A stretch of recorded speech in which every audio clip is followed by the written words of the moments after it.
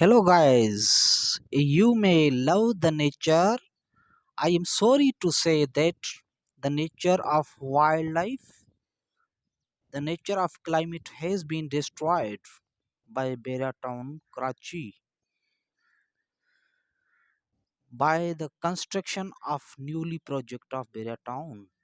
Outside the Bahria town, on the behalf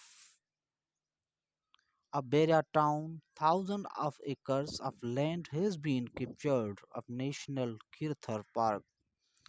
Before the Beria, the land was green with numerous plants, trees, rabbits, animals, birds, deers, and fountains. In which fountains was the Pachran fountain, Thado fountain, and so many fountains. Now the nature has been changed into artificial structure of smoke, lights, big buildings, road, shopping plazas.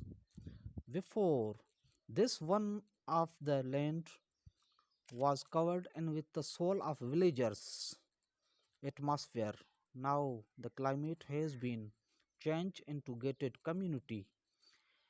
We was so much fluence while visiting in our village.